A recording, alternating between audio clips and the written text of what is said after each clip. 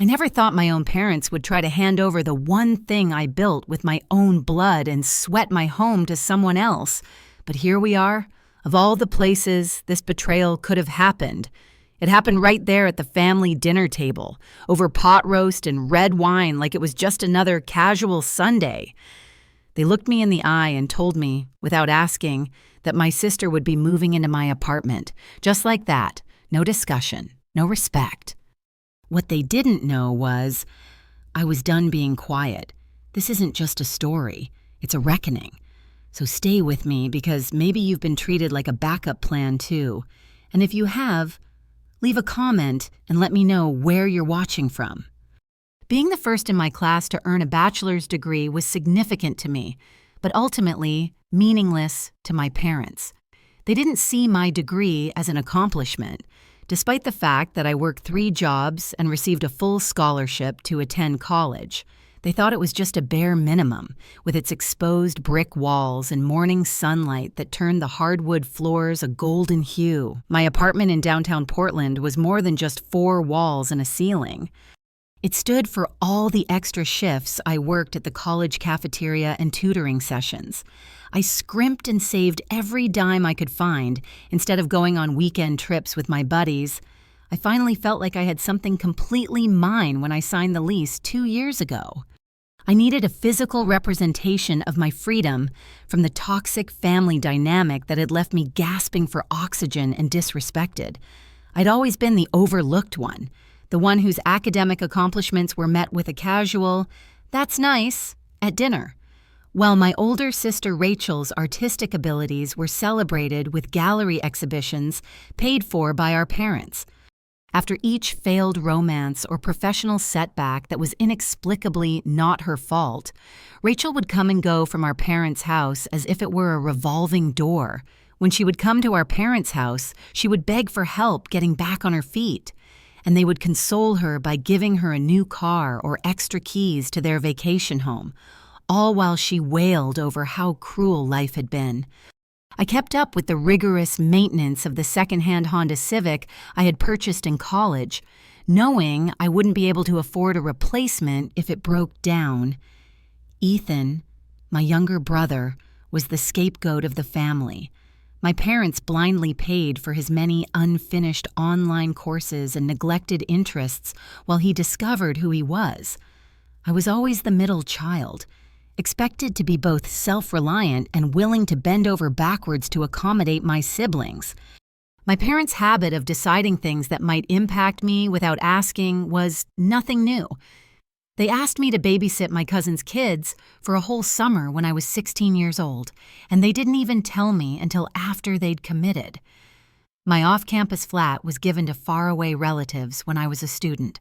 On the morning of their arrival, they called to let me know they needed a place to stay for a family wedding.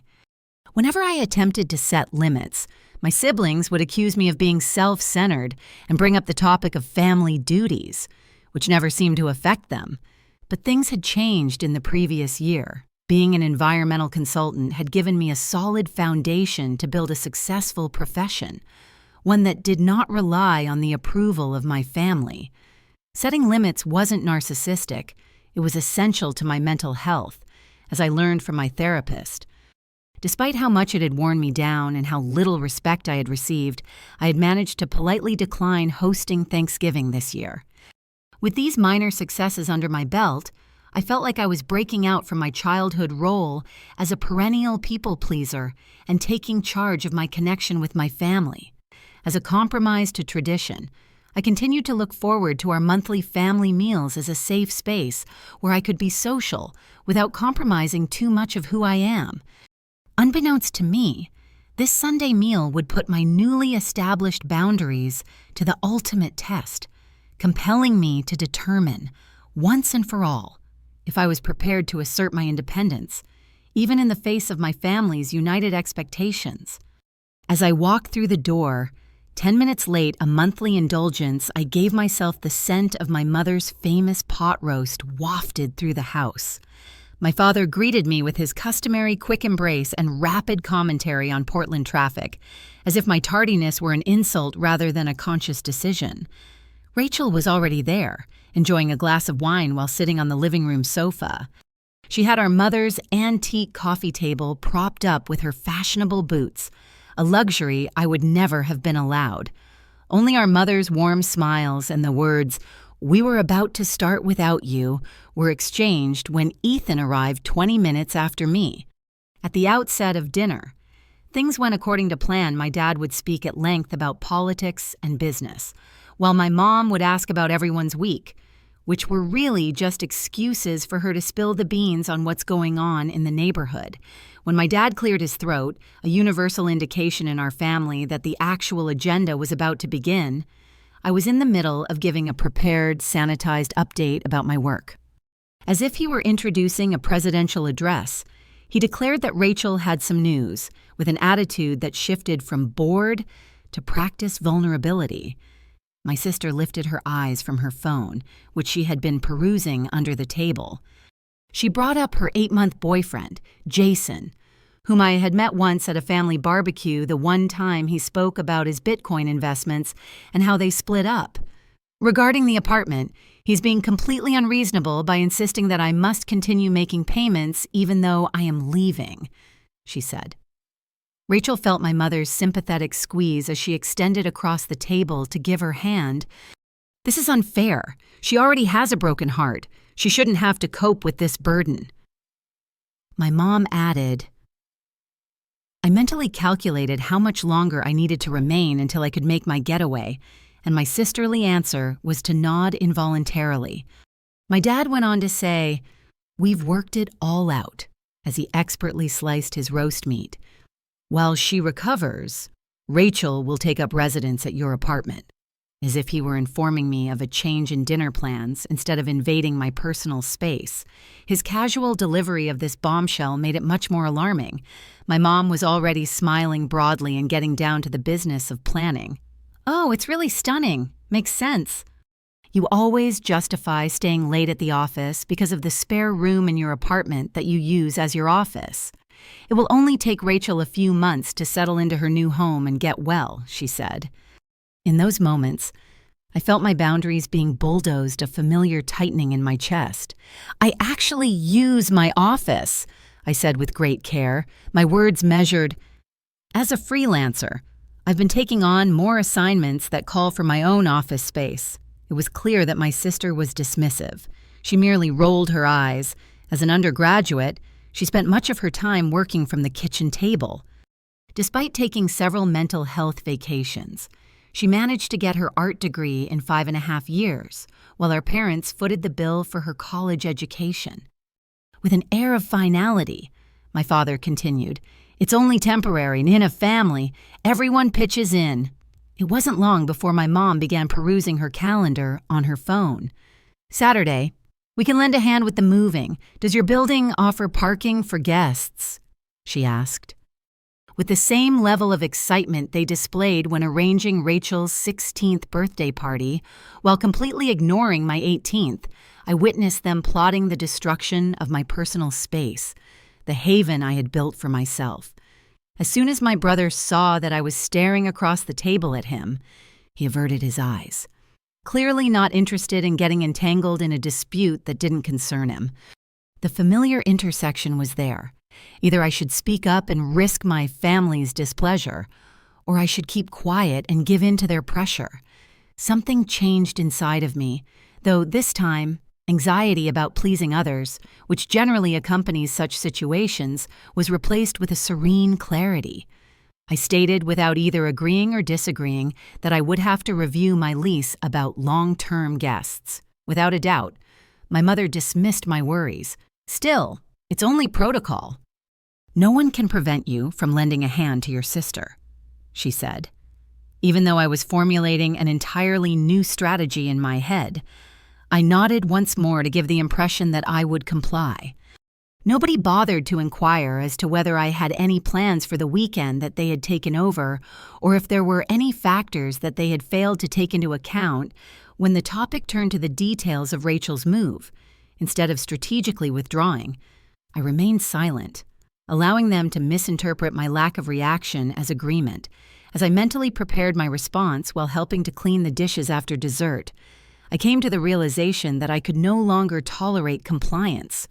My car became a metaphor for the gulf between being a submissive daughter and a confident, independent lady on the way home from my parents' house. I sat in my apartment building's parking lot, shut off the engine, and didn't get out right away. A new feeling somewhere between righteousness, wrath, and complete clarity was joining the old emotional hangover that always seems to set up after a family dinner. My parents' remarks echoed in my head as I replayed our dinner conversation, and I could hear them telling my sister to live with me instead of asking me how I really felt. Now that I could see the pattern clearly, I could almost make fun of how predictable it was. My siblings were revered as holy, and my needs were always put second. My time and space were considered communal resources. As I reflected, I couldn't help but think of all the times I had given in to pressure to maintain harmony, the cumulative effect of my many little concessions that led others to believe I would always give in. "Not this time," I said to the rearview mirror, my voice surprisingly steady. Upon entering my apartment, I removed my shoes and gawked at each room, taking in the haven I had created for myself with new eyes. Despite my family's lack of appreciation, the office they so casually advised I deconstruct held more than just my workspace. It was a concrete embodiment of the aspirations I was still constructing. My normal resignation following these family encounters was replaced with determination when I sat down at my desk and opened my laptop. My first port of call was to double-check my suspicions by reviewing my lease agreement. No subletting allowed without management clearance, and all visitors with stays of more than 2 weeks required additional paperwork and credit checks. I chose to view these as building blocks for my response rather than roadblocks. After that, I contacted my friend Megan, who had seen me gradually let my guard down over the years. "What did they do?" she exclaimed upon hearing my account of events. "Please don't let this happen again. Liv." Her outrage validated my own feelings in a manner that they seldom did. From an objective third party's point of view, it was clear that my family's actions were unacceptable. "I'm not going to," I told myself with unwavering conviction. "Now all I have to do is find out how to deal with this situation without making my family go ballistic." After deciding that direct confrontation was not going to work, we discussed potential alternatives. Through sheer determination and coordinated guilt-tripping, my family had perfected the art of triumphing over opposition. In this case, strategy, not confrontation, and action, not debate, were required. "How about if you simply disappeared?" Megan advised. "What if, when the people claiming Rachel's belongings arrive, you're not there, instantly?" The concept became ingrained. I could attend a work conference in Seattle the next month and use my accrued vacation days to maybe advance in my career. Not only did I want to find a way to avoid the current argument, but I also wanted to set a precedent that would change the way my family interacted in the future. I made notes on the legal protections afforded to my occupancy after concluding the talk with Megan and dove headfirst into researching tenant rights. As a matter of general interest rather than particular worry, I emailed the building management to inquire about the security processes and guest policies. By midnight, my initial nervousness had given way to deliberate preparation. To protect my personal space and boundaries, I made a detailed plan including every necessary action, including rescheduling, new methods of communication, legal considerations, and backup plans. While I was thinking about who could stay in my apartment for a short while, I wanted to find someone who wouldn't make it easy for my sister to move in. Recently, my coworker Derek brought up the fact that he needed somewhere to stay while his condo was getting emergency repairs. His professionalism, lack of familiarity with my family, and sense of responsibility made him an ideal short-term tenant.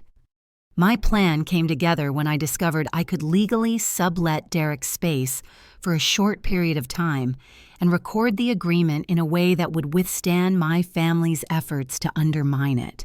I felt a mix of relief and tiredness as I eventually turned in for the night.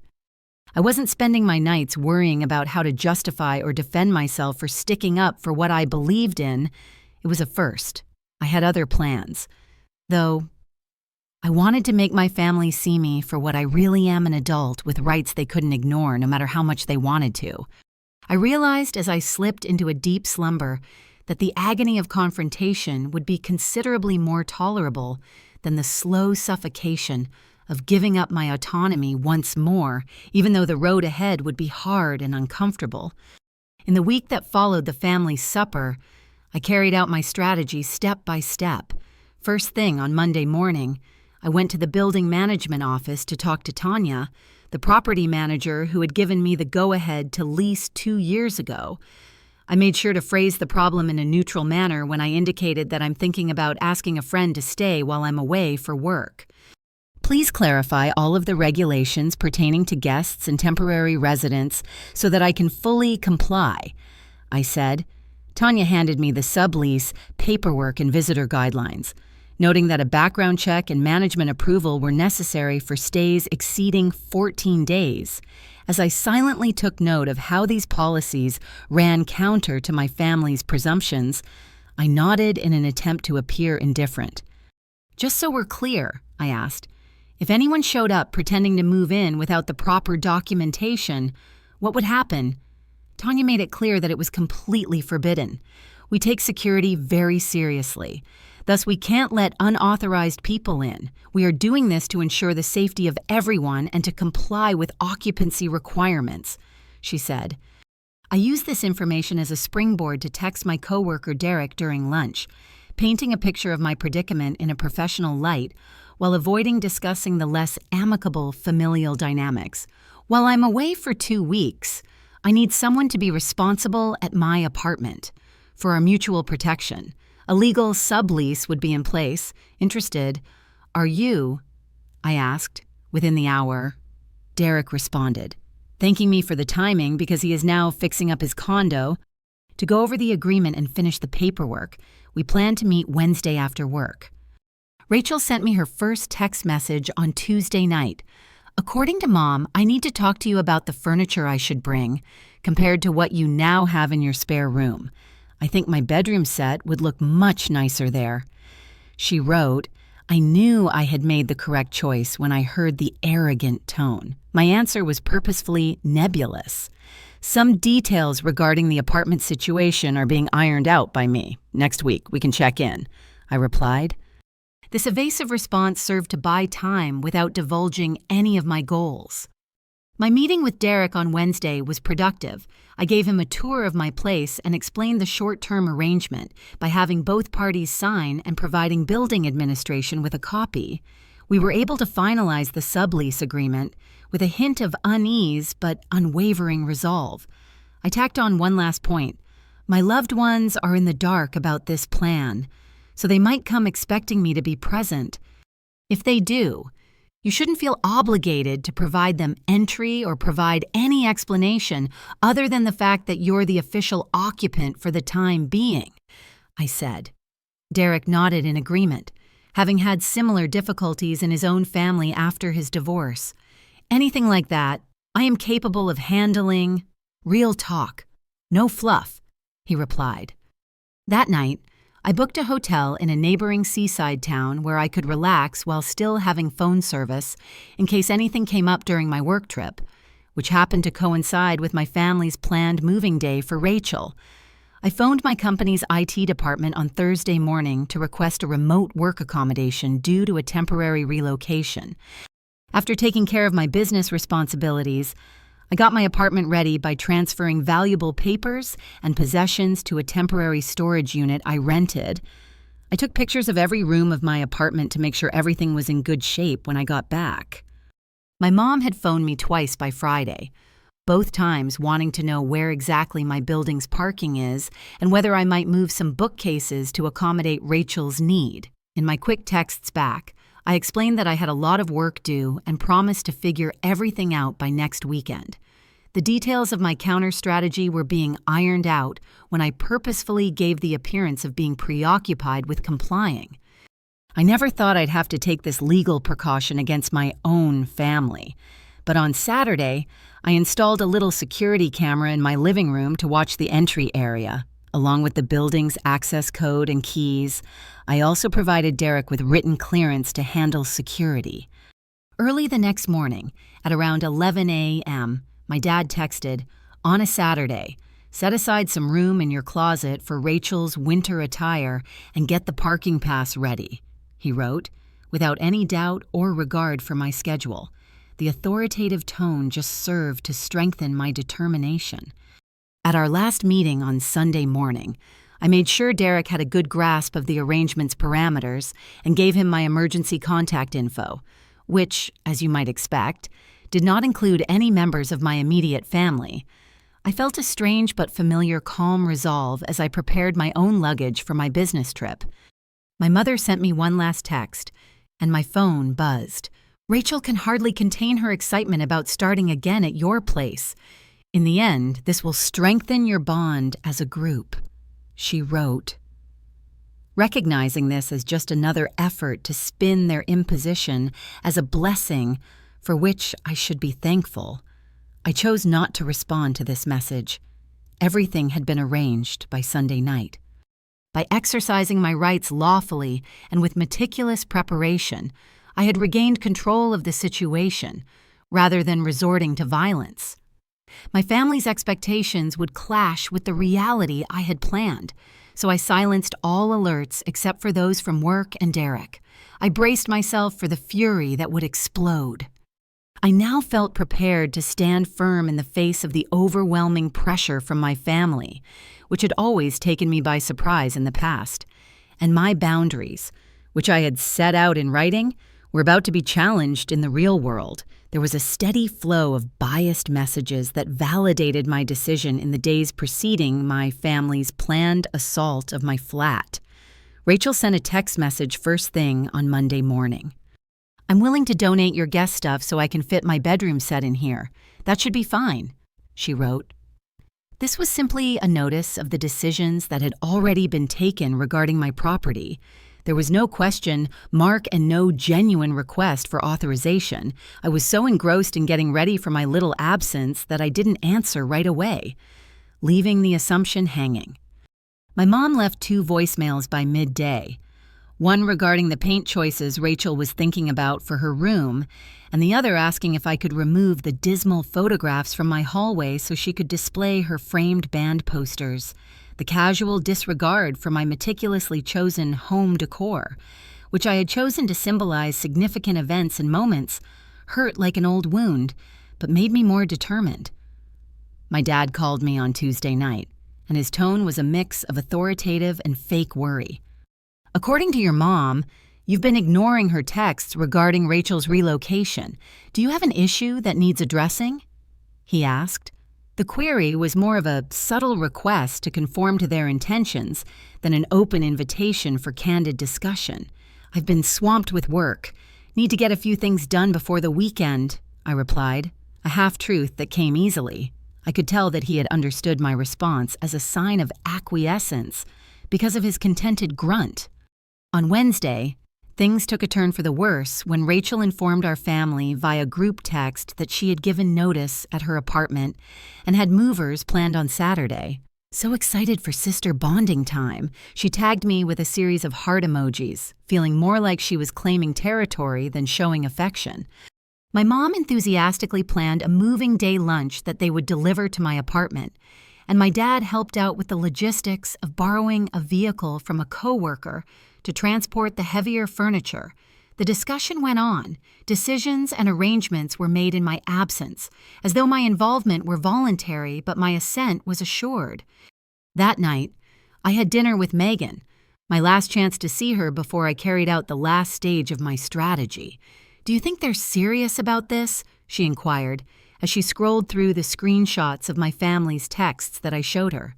"There is zero doubt in their minds that you will simply give in and allow them to dominate your environment," she said, as the impending confrontation hit me like a ton of bricks.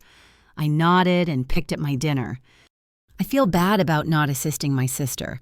I feel selfish and cruel, even though I know it's the correct thing to do. I confessed. Squeezing firmly, Megan extended her arm over the table. Hey, Liv, pay attention.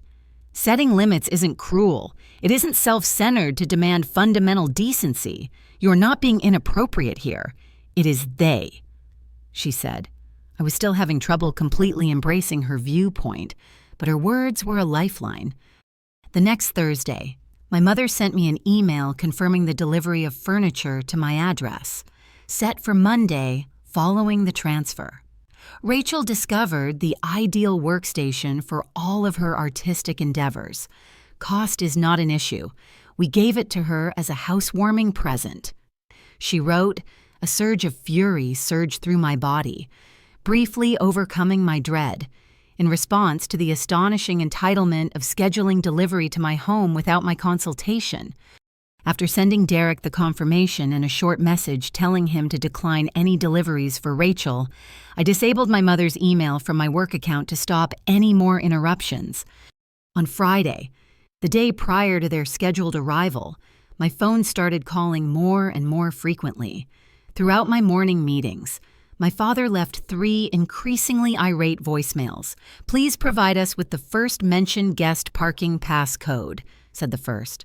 The second thing you should do is contact your mom on the parking predicament, said the second. By the third, it was obvious that his patience had run out. No way, Olivia, this is really absurd. Regarding tomorrow's plans, please get in touch with us as soon as possible, he said. My mom would remind Rachel of her family responsibilities in a passive-aggressive manner and then guilt-trip her about Rachel's fragile emotional state after her split. Rachel said her spare room was being utilized for art storage, but she conveniently forgot about the time when your sister offered to do this for you after I needed emergency housing due to a busted pipe in my first apartment. She texted me instead.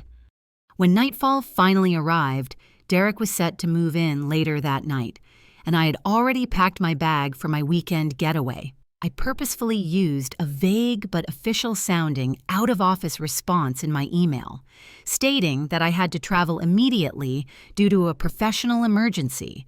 My father's last message came on my phone just as I was about to depart. Arrival at your building is scheduled for 11 a.m. sharp. Everything in Rachel's apartment is prepared and ready to go. Please, keep this simple, he wrote. The conclusion was solidified by the authoritative tone, which was both familiar and obviously incorrect. Before the storm hit, I walked around my apartment one more time, taking note of how serene it seemed.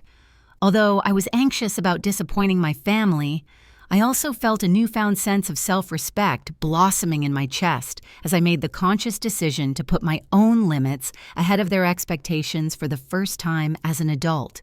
In the hallway, when I gave Derek the key to my apartment and locked the door, I let myself recognize the sad fact. Setting reasonable limits with loved ones can feel like betraying them when they've taught you to see betrayal as the alternative. When they showed up tomorrow expecting to be complied with, they would find their expectations shattered by the reality I had painstakingly built. That would be the true test. Perfect northwest autumn clarity greeted Saturday morning, the type of sunny, crisp day that usually energizes me, feeling a mix of anxious anticipation and surprising tranquility at the boundary I was finally imposing. I woke up in my hotel room 30 miles away from my place. There were 5 missed calls from my mom beginning at 7:30 in the morning, 3 from my dad, and a string of increasingly urgent texts from Rachel on my Do Not Disturb-enabled phone, which I had left on all night. Here we come! My dad took my Uncle Steve's vehicle so he could move my dresser. I am thrilled, Rachel joyfully announced in the first message at about 9:15. The mood changed by 10:30. Have you gone somewhere? This parking pass is essential, she wrote. On the dot of chapter 45. Just give Mom a ring. It's almost at hand. I texted Derek quickly to let him know that my family was on their way, and he responded calmly. I understand. I've got this situation under control, he said. In preparation for what I anticipated would be a trying few hours, I placed an order for room service breakfast and turned off my phone once more. My apartment door was alerted by my security app at exactly 11:03 a.m. I was able to see the action as it happened in real time once I opened the app. Rachel, my parents, and I waited in the hallway outside my unit while my dad pounded the door harder and harder, and my mom rang the doorbell ad nauseum. Rachel appeared to be attempting to contact me as she walked briskly behind them, making animated gestures and talking on the phone. My dad finally took out his phone and what seemed like called building management after he knocked for a few minutes and got no response. I pictured the exchange taking place, with the weekend security guards stating categorically that they could not grant admission to a flat to someone who was not on the lease. Regardless of familial ties, my family probably went to the lobby to regroup, but the surveillance footage didn't stop rolling. They came back 20 minutes later with a security guard who seemed to be saying something that made my mom scream in frustration. When my dad encountered opposition to his plans, his usual rigid posture set in. This time, the security guard was only doing his job, and his forceful approach failed to captivate him. The entrance to Derek's apartment swung open, and there he was, dressed casually for the weekend and holding a coffee mug. They were about to leave when he appeared. I could read my family's bewilderment and bodily reaction to the news, even without sound. As my family tried to make sense of this sudden turn of events, Derek stood there, quite composed, probably explaining his legal tenancy. As a warning sign, my mom crossed her arms over her chest, and my dad leaned forward aggressively until the security guard intervened. As the scenario became more apparent, Rachel's look went from bewilderment to wrath, and she stood motionless. After only 5 minutes of the altercation, the security guard led my family back to the elevator. My mother's passionate gestures and my father's stiff back both hinted at intense, hardly controlled emotions. I let out a long breath as they faded from view of the camera. I had been holding my breath the whole time. Notifications began flooding my phone in a matter of seconds. My father left me threatening voicemails, threatening to report an unauthorized occupant to the police, and even show up at my workplace on Monday unless I responded right away. From bewilderment to accusations, my mother's texts went through the ringer. "You have no right to treat your sister this way. You've been raised better than this by us. Yet this," she wrote. Rachel's messages were more venomous, a barrage of all-caps obscenities that cast doubt on my allegiance, integrity, and even my humanity. I sent the most worrying messages to my buddy, Megan, who had volunteered to keep an eye on things in case it became necessary to involve the law. "Your family is melting down," she responded back after analyzing them. "However, you're entirely within what you are entitled to. Have courage." Around 1 in the afternoon, Derek contacted me to describe the altercation from his perspective. "Attempts by your father to assert that they had your consent to enter were made," he explained. He claimed the sublease agreement I showed him was presumably deceitful, a reminder from the security guard that trying to enter without permission could lead to police intervention was necessary.